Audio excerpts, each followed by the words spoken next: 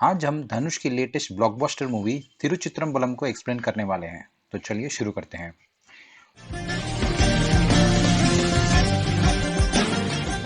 Movie शुरू होती है धनुष के एक डायलॉग से जो बोल रहा है कि जिंदगी एक आईने की तरह है और एक छोटी की भूल से आईना टूट सकता है और सारी जिंदगी बदल सकती है। और हम यहाँ देखते हैं कि एक कार का एक्सीडेंट हो गया है। मूवी प्रेजेंट को आ जाती है जहाँ धनुष एक डिलीवरी बॉय है और उसे एक डिलीवरी का ऑर्डर आता है।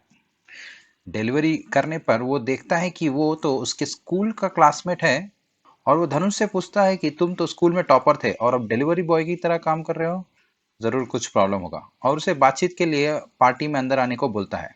लेकिन तभी धनुष उसकी स्कूल की क्रश राशि खन्ना को देखता है और अपने दोस्त को फिर कभी मिलेंगे बोलकर वहां से चला जाता है। रास्ते में मन ही मन वो सोच रहा होता है कि राशि तो पहले से ही उसकी लीग की लड़की ही नहीं थी, इसलिए वो कभी राशि को प्रपोज नहीं कर पाया था। इतने में वहां के डिलीवरी बॉयज का एक झगड़ा हो जाता है और झगड़े के दौरान पुलिस वहां आकर सबको पुलिस स्टेशन ले जाती है। और हम यहाँ देखते हैं कि प्रकाश राज सब डिलीवरी बॉयज को देखता है और वार्निंग देता है, पर स्पेशली धनुष को एक खींचकर थप्पड़ मारकर छोड़ देता है। धनुष उदास होकर अपने घर आकर सारी बातें अपने दादाजी से बोल रहा होता है। और वहां होती है एंट्री प्रकाश राज की और हमें यहाँ पता चलता है कि प्रकाश राज धनु जी के पिताजी है। अपने पिता को देखकर धनुष सोच रहा होता है कि वो दोनों एक दूसरे काफी दिन से बात नहीं कर रहे हैं। अब ये दोनों क्यों नहीं बात कर रहे हैं ये हमें स्टोरी में आगे ही पता चलेगा। तो अब ये हो गई सारी धनुष की सिंपल पर कॉम्प्लिकेटेड लाइफ। और यहाँ आता है मूवी का टाइटल।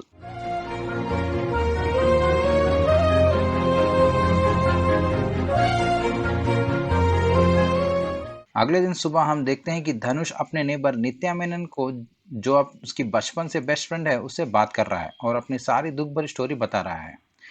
तभी दोनों के ऑफिस टाइम होने के कारण वो वहां से चले जाते हैं। धनुष सीधा डिलीवरी देने से पहले सीधा पेट्रोल पंप जाता है और वहां उसे राशि खन्ना मिल जाती है। जो बातचीत में पता चलता है कि धनुष तो टॉपर था स्कूल में, पर कुछ रीजंस की वजह से उसकी पढ़ाई ने डिसकंटिन्यू कर दी थी और वो दोनों एक दूसरे का नंबर शेयर करते हैं ताकि वो आगे भी बातचीत करते रहें।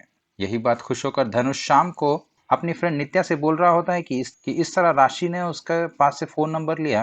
और तभी राशि का वापस एक कॉल आता है और वो बोलती है कि उसे एक हेल्प की ज़रूरत है। बहुत रात हो चुकी है और सारे रेस्टोरेंट्स क्लोज होने के कारण वो फूड ऑर्डर नहीं कर पा रही है। तो धनुष बोलता है कि उसे कुछ ऐसे रेस्टोरेंट्स पता है जो रात में वो डिलीवरी करते हैं और वो खाना उस तक पहुंचा देगा।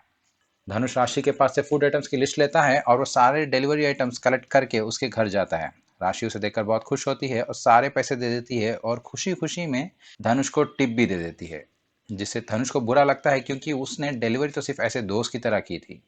राशि ने भी जल्दबाजी में उसे टिप देने की कोशिश किया, पर उसका इंटेंशन बुरा नहीं था। धनुष यहाँ से नो बोलकर वहां से चला जाता है।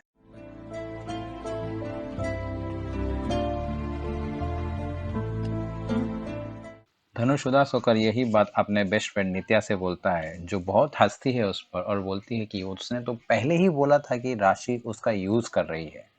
और दोस्त होने के कारण उदास धनुष को देखकर वो उसे थोड़ा कंसोल कर लेती है।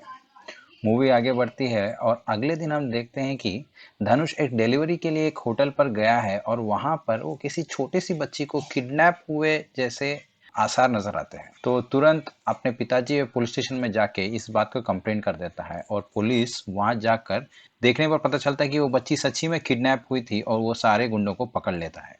घर जाने पर वो अपने दादाजी से बोलता है कि ये टीवी में तो पापा बड़े हीरो बन रहे हैं, लेकिन असली इन्फॉर्मेशन तो मैंने दी है, इसके वजह से वो किडनैपर्स को पकड़े लिए हैं। उसके पिताजी आकर वहाँ बोलते हैं कि इस तरह वो अपने पिताजी से बात नहीं करता और वो दोनों के बीच में झगड़ा हो जाता है। यही बात उसकी बेस्ट फ्रेंड नित्या को पता चलता है और वो आकर बोलती है कि प्रकाश राज से कि आपका बेटा बड़ा हो चुका है, आप उसे बच्चे की तरह मार नहीं सकते, चाहे तो सिर्फ डांटिए लेकिन मारने नहीं। और वो जाकर अपने दोस्त धनुष को कंसोल करती है। उदास होकर धनुष छत पर अकेला रहता है और तभी राशि खन्ना का मैसेज आता है जो उसे सॉरी बोलती है। धनुष उस सॉरी को एक्सेप्ट कर लेता है और बातचीत में वो एक डेट पर जाने के लिए रेडी हो जाते हैं। अगले दिन धनुष एकदम टिकटॉक रेडी होकर डेट के लिए जाता है और वहाँ उसे राशि खन्ना बहुत ही फ्री मूव करती है, जिससे उसके प्रति धनुष को फीलिंग शुरू हो जाती है। वो घर पर आकर यही सब बात अपने दादाजी और बेस्ट फ्रेंड नित्या से बोलता है। तो ये दोनों उसे सलाह देते हैं कि इस चीज़ों में लेट नहीं कर सकते और जल्दी राशि को प्रपोज कर दे। तो धनुष अपनी तैयारी के लिए एक पोयम लिखकर राशि के साथ सेकेंड डेट पर जाता है और वो पोयम ये है। हे लड़की, तुम मुझे पसंद हो, जैसे गुलाब जामुन के साथ आइसक्रीम हो। मिल नहीं पाऊंगा तुम्हें हर दिन, इसलिए जल्दी शादी कर लूंगा तुमसे एक दिन। ये पोयम सुनकर राशि खन्ना बहुत हंसती है और वो बोलती है कि वो तो बस उससे कैजुअल डेटिंग कर रही थी और उसकी फ्रेंड थी, और वो इसके साथ किसी प्रकार की फीलिंग्स नहीं है। ये बात सुनकर धनुष बहुत उदास हो जाता है और अपने घर जाकर अपने दादाजी और नित्या से बोलता है, जो उसे वापस से कंसोल करते हैं। नित्या धनुष का मूड ठीक करने के लिए अगले दिन उसे एक मूवी को ले जाती है, लेकिन बैड लक के कारण मूवी थिएटर में वो राशि और उसके फ्रेंड्स को देख लेते हैं। राशि अपने फ्रेंड से ये बात बता चुकी होती है कि धनुष ने उसे प्रपोज किया, तो वो मूवी के बीच में राशि के फ्रेंड्स धनुष को बहुत चिढ़ाते हैं। तभी नित्या आके राशि के फ्रेंड से झगड़ा करने लगती है, तो राशि के फ्रेंड्स बोलते हैं कि चलो धनुष को अब कोई लड़की मिली जो उसके लीक की हो। ये सुनकर नित्या वहाँ से चले जाती है और धनुष भी बिल्कुल कुछ नहीं बोलता है। वो दोनों आधी अधूरी मूवी छोड़कर घर आ जाते हैं, जहाँ पर नित्या बहुत गुस्से से धनुष को बोलती है कि उसने राशि के फ्रेंड्स के अगेंस्ट धनुष के लिए स्टैंड लिया, और जब उसकी बारी आई तो उसने नित्या के लिए स्टैंड नहीं लिया, ये कैसे दोस्ती है। ये बोलकर वहां से चले जाती है और वो दोनों कुछ दिनों के लिए एक दूसरे से बातचीत नहीं करते हैं।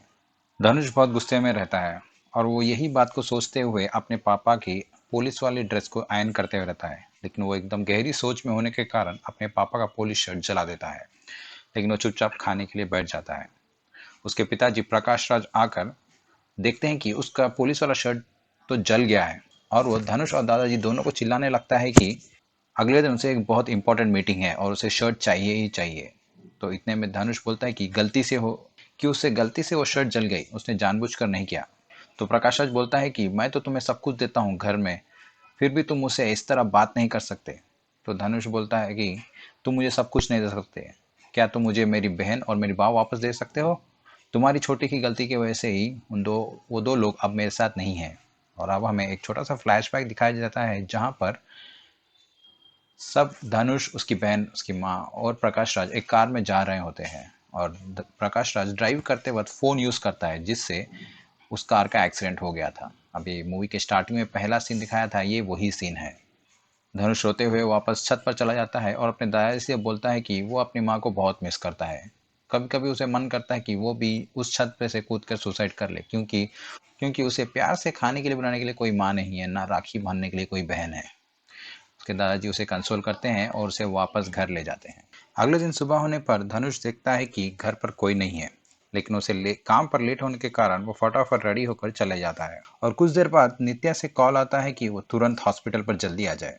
हॉस्पिटल जाने पर वो डर जाता है कि कहीं उसके दादाजी को कुछ हो गया है, लेकिन वो देखता है कि उसके दादाजी तो ठीक है, लेकिन उसके पापा को पैरालिसिस हो गया है। वो बहुत उदास हो जाता है और अपने पापा और दादाजी को लेकर घर वापस आने पर उसे बहुत कठिनाइयों का सामना करना पड़ता है, क्योंकि वो और उसके पिताजी के बीच कुछ बात नहीं हो रही है, और उसके दादाजी ही उसके पिताजी को छोटे बच्चे की तरह संभाल रहे थे।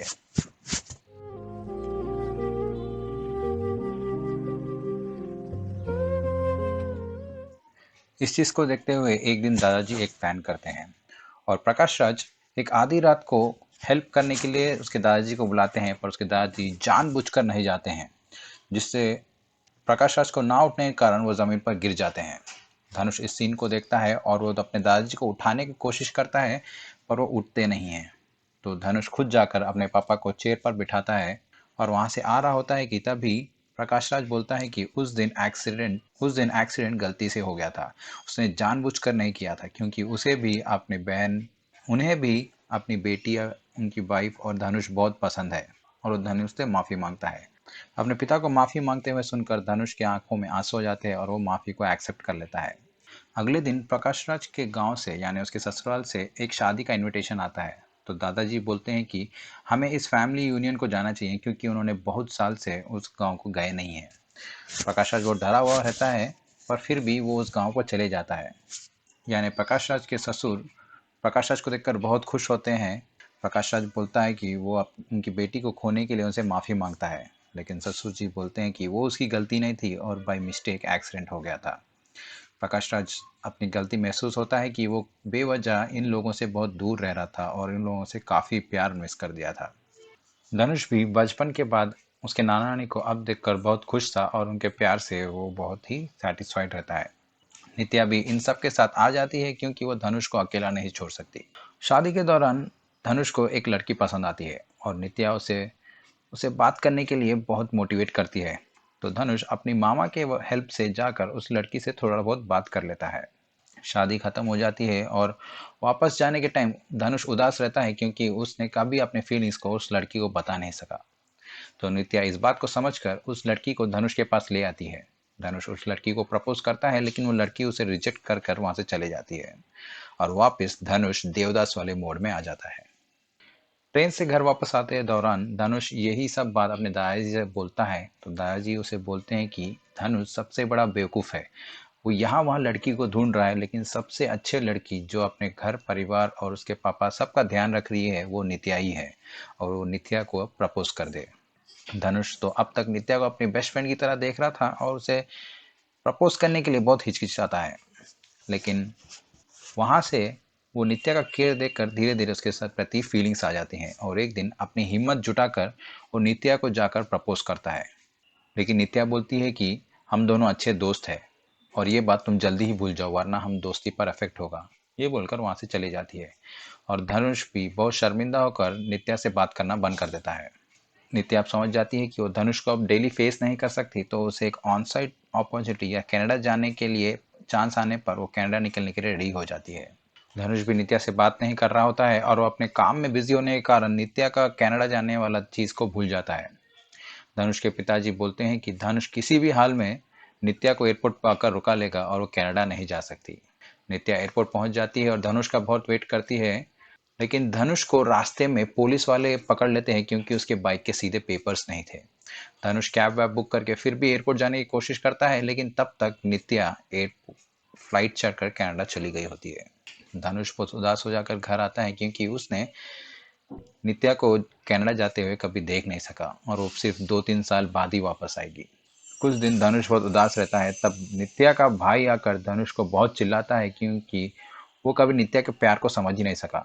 वो बोलता है कि नित्या भी उसे बचपन से ही प्यार करती थी, इसलिए उसके साथ हर स्टेज पर उसके साथ थी। वो अपने लॉकर से सारे गिफ्ट ले आकर धनुष को दिखाता है। वो बोलता है कि धनुष बहुत बेवकूफ था क्योंकि उसने 2 ब्रेकअप के बाद तुरंत नित्या को प्रपोज किया। तो नित्या समझ रही थी कि वो प्यार नहीं है बट जस्ट रीबाउंड है क्योंकि वो जस्ट अट्रैक्ट हो रहा है। धनुष को अपनी गलती महसूस होती है और वो कुछ कुछ पैसे जमा करके सीधा कनाडा चले जाता है और वहां जाकर नित्या को सरप्राइज देकर प्रपोज करता है, जहां नित्या उससे खुश हो जाती है और वो दोनों की शादी हो जाती है। So this is the happy ending of the. और लास्ट में हम देखते हैं कि उस घर में फाइनली दादाजी, प्रकाश राज और धनुष के अलावा एक लड़की आई है जो घर का ख्याल रखेगी और मूवी यहीं पर एंड होती है। तो ऐसे ही और मूवीज़ के एक्सप्लेनेशन के लिए हमारे वीडियो को लाइक कीजिए और चैनल को सब्सक्राइब कीजिए। तब तक के लिए फिर मिलते हैं अगले वीडियो में। Thank you and take care.